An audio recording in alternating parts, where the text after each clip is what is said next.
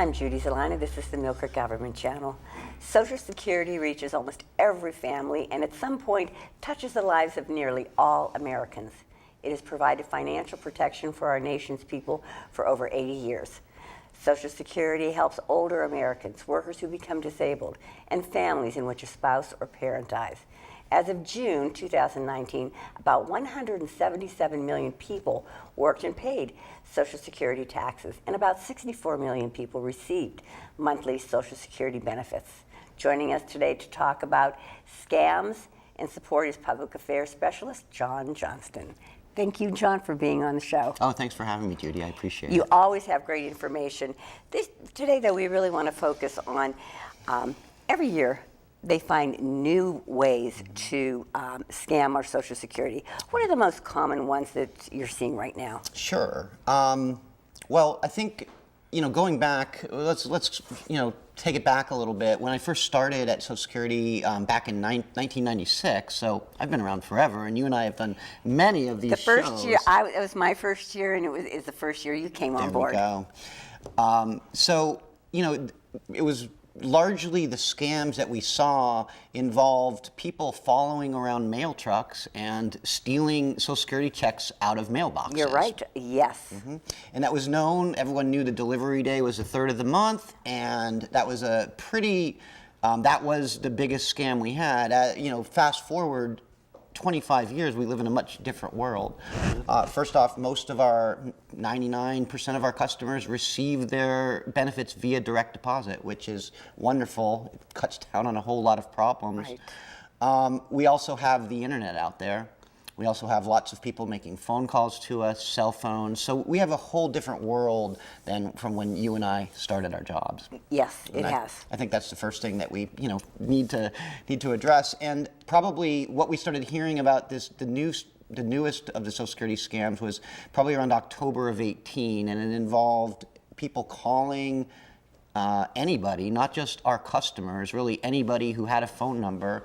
It was a robocall, and essentially it stated that the person, their Social Security number was suspended, and they needed to call back right away to take care of this. It kind of, like most scams, it puts people in a position where to try to scare them and make them do something right now. If a person were to call back the number, they would, reach a busy call center with lots of background noise. And they would be asked to go to their local store and buy gift cards. They're then asked to call the scammer back and to read them the numbers on the gift card. So when you buy a gift card and you scratch off the back of it, right, and those numbers are revealed. Okay. And essentially, once you give those numbers up on the gift cards have no value. The scammers are then have the access to those gift cards. So that's what the scam is, and that's how it started. It's morphed over the 15 months or 14 months that we've been aware of it. At one point they were, when the calls were actually, they were mocking our 1-800 number. So it looked like the call was actually coming from Social Security. They were on their caller ID? Mm-hmm, on the person's caller ID. Okay, oh my gosh. We did put a stop to that. We've been working with law enforcement and our own Office of Inspector General to try to stop that. Okay. It keeps morphing. Recently it morphed into scammers will send people an email with official looking documents attached to it to try to, further get legitimacy to their scam. It all ends up with a person calling somebody and giving them gift cards. Okay.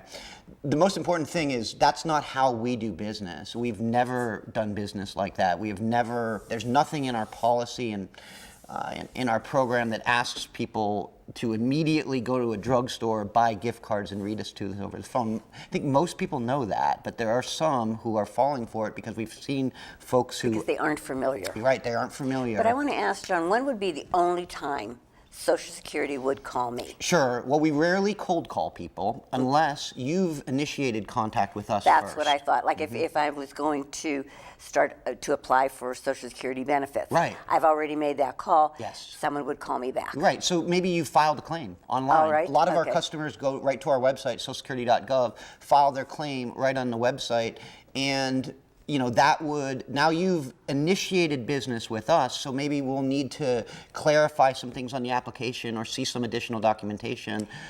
We do send letters too, but we will sometimes attempt to call a person. Traditionally, if we really need to get in touch with somebody, we're going to send a letter. It's going to be on our letterhead. It's going to have legitimate contact information contained in the letter where you can call us of our 1-800 number or in the local office. And it's going to set up a time and a date where we're going to call the person and talk to them. All right. On those occasional times we reach out to somebody, just as you've reached, give them a call. Right. I would advise the public, if you don't think it's us, hang up on us or get a number and call the local office back. But we will never put a customer in a situation where they have to take action right now or something adverse will happen to them. In fact, there's no way we can even suspend somebody's Social Security number. That's not even something that can be done. Even if we wanted to suspend someone's Social Security number, you have a Social Security number, and that Social Security number is so we can determine, your taxes that you're paying in, so we can determine what to pay you when you retire, or if you become disabled, or if if you pass and you have family who's filing on your record. And we're never going to put a person in a position where we're saying we're suspending their number or they need to get us money right now. These are all examples of classic scams, whether they're mentioning Social Security or another group. They put the person on the horns of dilemma, make them do something right now. Scare tactics. Exactly. Right. And that's not how we operate. It's really important for us to get this message out because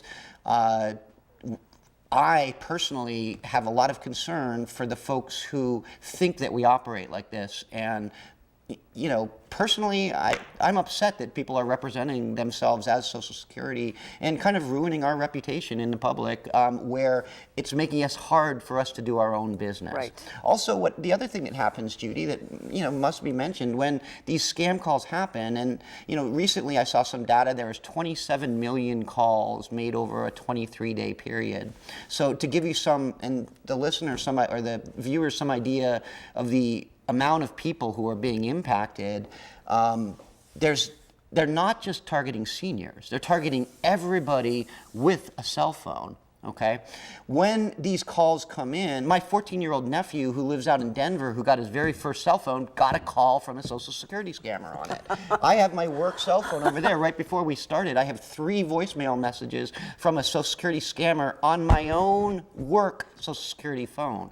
So, they're targeting everybody, and they're just making as many calls as possible. And so the average person gets a call. They may call the local Social Security office or our 800 number to say, hey, Social Security, did you call me? Right. That impacts how we do our regular business. It's already difficult to get in touch with us. You may have to hold when you call us, or you may have to wait when you come in the office. So when people are calling us just to ask us if we made this scam call to them, that's impacting our ability to do our regular business. Our regular business.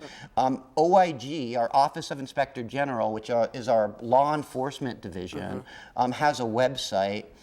You can find it on our website, and we can maybe put it up on the bottom of the screen for folks to see.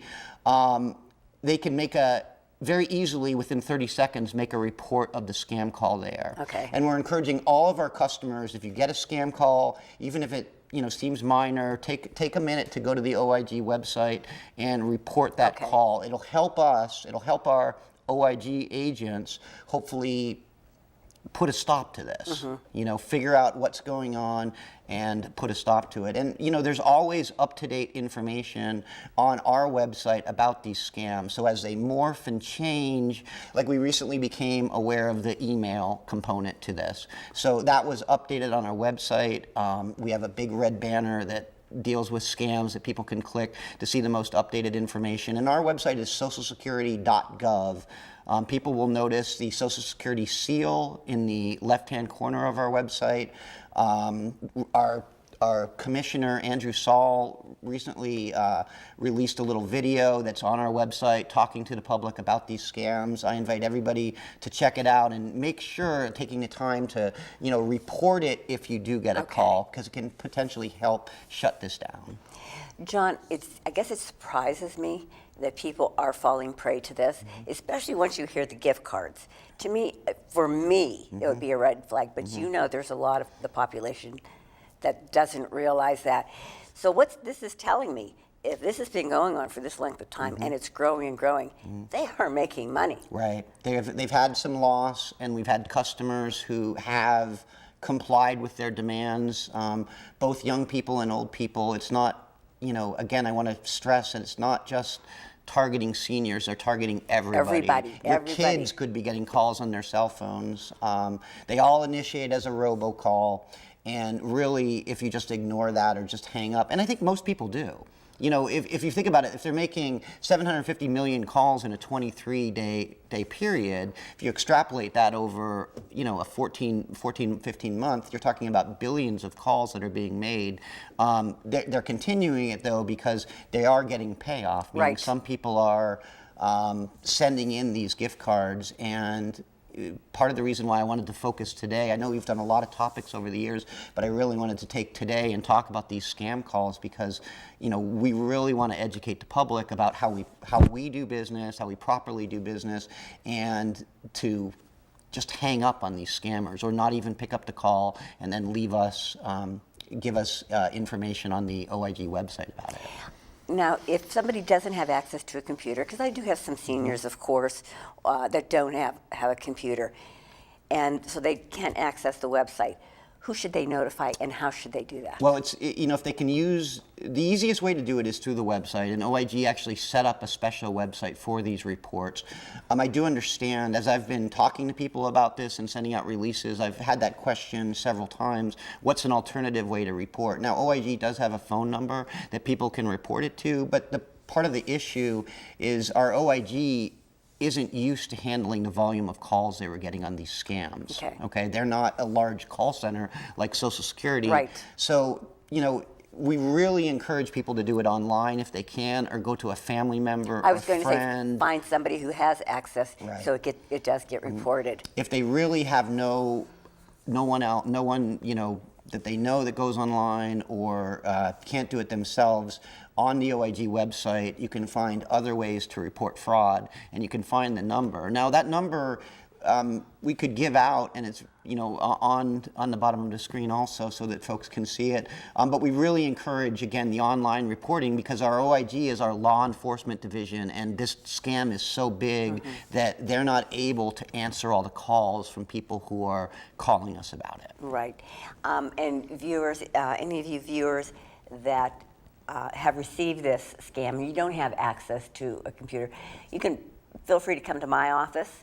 I would make the report right on the computer, right to the website for you in your behalf. And it's very simple, Judy. I've done it myself, and it literally takes 30 seconds. Okay. They designed the report around these scam calls. Okay, all right. And I would be glad to help anybody out, because I do know a few people, I do know one who really did get scammed, and he came to my office and she was very, very embarrassed that she had fallen prey to it. And I think I called you too. I immediately called his bank, stopped any activity, and you told me what to do on your end. So yeah, it's people do feel embarrassed when it happens, but they've scared them so much. Yep, and then they realize that they've been scammed. I'm not sure if we even know about all the loss, because I do think there's people who may have been scammed and are just too embarrassed to admit it, or too embarrassed to say anything, or too embarrassed to report it. And quite frankly, those are the people I'm worried about. The folks who maybe don't have the support, who aren't talking about it, because they're going to continually be victimized. I also think that once a scammer knows they're getting something out of a person, they may continually with that person. Exactly, as opposed to, there is a certain randomness about this. Like I showed you on my phone, I had 3 calls on my work cell phone yesterday. from scammers, and it was coming from a number in San Francisco. I don't think people can necessarily use caller ID to determine whether the call is valid or not. What I told my mom lives in Denver, and my mom, who's always been super strong, a person in my life, got one of these calls, and she was shaken up by it. She was visibly shaken up. And I'm like, gosh, if my mom was shaken up by this, right. What are other people? And quite frankly, what I told my mom is, you don't even need to pick up the phone when anyone calls. The people who want to get in touch with you can send you a text, or you can call them back, or they can call you and leave a voicemail, and then you can call them back. So some people who don't feel even prepared to say no to a scammer, or are just afraid by it, there's not really a need to answer your phone. If your family is going to call you, or someone who you want is going to call you, they're going to leave a message, and then you can call them right back.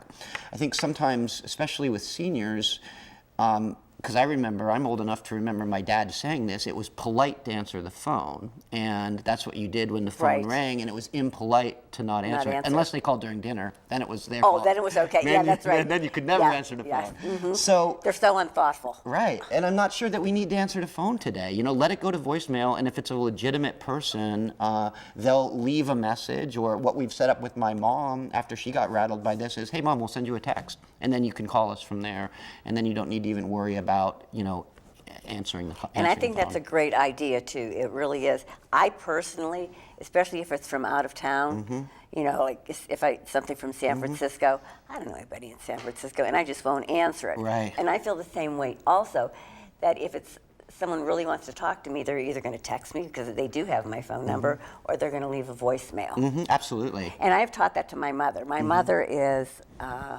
96, and she'll just keep saying, it's those scammers, but I fool them. I'm not answering the phone, And she's Good quite for her. adamant that she's not going to. Good for her. So she doesn't recognize it. So heaven forbid my phone number comes up and says wireless. Right. She won't answer. Right. Well, because you can spoof numbers now too. I know. So it looks like sometimes, oh, this is a safe call, or this is somebody I know. And I think that's where it really has gotten confusing for folks, that the number that the people are calling from means nothing at all. It's just a spoofed number. It's not an actual real number where they live or where they're operating from. These are all going through voice, through IP, internet, and can be really originating from anywhere. That's why it can. In fact, I think, if I'm not mistaken, if it was maybe a Social Security scam or something else, but a friend of mine has business, and they were getting a few phone calls, and people were telling them that was the number on their caller ID, and they had no idea. But you're right, they can just grab any number. Sure. And we worked hard to shut down them using our 800 number, because I think I mentioned earlier, at one point over these 14-month period, we heard that the spoofed number was our own 1-800 number. Now, you could imagine the confusion that would cause, because we publish our 800 number all over the place, and so a lot of folks who do business with us recognize that as Social Security's number. So we were able to shut that down, so they're not able to spoof our number anymore. I'm not exactly sure, through the magic of law enforcement and telecommunications, they were able to shut that down. Just like it seems like magic to me that they're able to spoof numbers. This is all above my head technologically. Yeah, I don't get that. Yeah, either. as it is, I think, for most people and most of our customers. So your advice to our residents, or to our viewers, how can you avoid being scammed with this? Well, one, I guess understand how we do business. All right. We're never going to ask anyone for immediate payments. We're never going to ask anyone for gift cards. We're never going to put anybody on the horns of dilemma, is the words that I use, to put them in a situation where they have to make a decision right now. We've been criticized because we operate very slowly, and this is why. Okay, we are very slow and careful. We're going to send a letter to you. We're going to give you appeal rights in that letter. We're going to give you legitimate contact information. That's the first thing. We don't do business, and government agencies in general don't do business like that. Right. Okay. The second thing is, don't answer numbers. Don't answer calls that you don't know the number. You don't have to pick up the phone. The people who want to get in touch with you will figure out a way to get in touch with you. They'll text you, or you can call them back when they leave a voicemail message. Okay. Okay. And I think using those and spreading the word.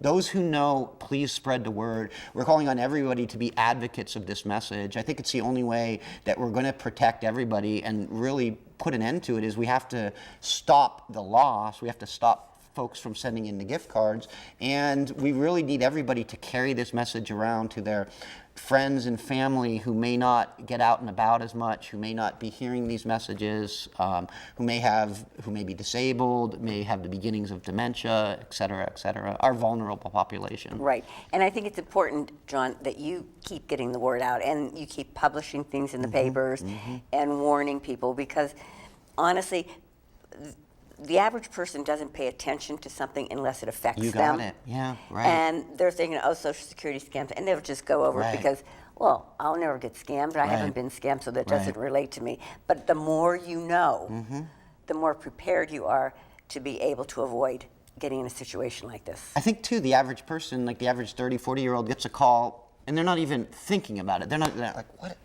They're so busy in their life that they're not falling for it. And it's about casting the giant net. Again, 750 million calls in a 23-day period. Wow. That's a huge number. That is. And, it really is, John. So when we extrapolate that over 14 months, you're talking about billions of calls. So it really is about education, so that every person understands this. And this won't only help with Social Security scams, this will help with all the scams. I go out sometimes with the Better Business Bureau or Consumer Protection and do talks, and I'll focus on the Social Security scam, but there's a whole number of scams out there. These scammers just happen to land on Social Security and are using us to try to scare people for money. And they do. They hit these different government agencies. You are very popular. We are very popular. Well, we have, 65 million customers? Exactly. Yeah. Yep. So, and also the IRS, those scams come out too. IRS, absolutely. So you have all these scams, and I would have to say most people realize they're a scam. I'm with you. Most do. I'm with you. I worry about the ones who truly are frightened when they get this call. Right. And the first thing they're going to do is follow the direction of what they tell them to do. I've done a lot of outreach in my life. I've done many shows with you, many interviews, programs, talked about all sorts of things, Social Security. This is a real tricky one. I know it is. Because the people that we want to reach are the hardest to reach, and I really am calling on everybody to be an advocate of this message. Check out our website. You can see the press release. You can see the most up-to-date information on the scams, and please get the message out to the folks who may not see this and who are most vulnerable. John, thank you so much for coming on the show and talking about this. This is such a very, very important topic. Yeah, thanks for having me. Yeah, I do appreciate it. I appreciate it. So thank you again for joining. I can't wait for our next show. Yep. You'll always have something Absolutely. to let our viewers know what's going on. Thanks, Judy. Thank you. Viewers, thank you so much for tuning into the Millcreek Government Channel. If you fear that you may be a victim of a scam, please report it. And as John said, get the word out to friends, neighbors. Let them know if they get a phone call like this to please just disregard it. Again, thank you for joining us. Until next time, have a wonderful day.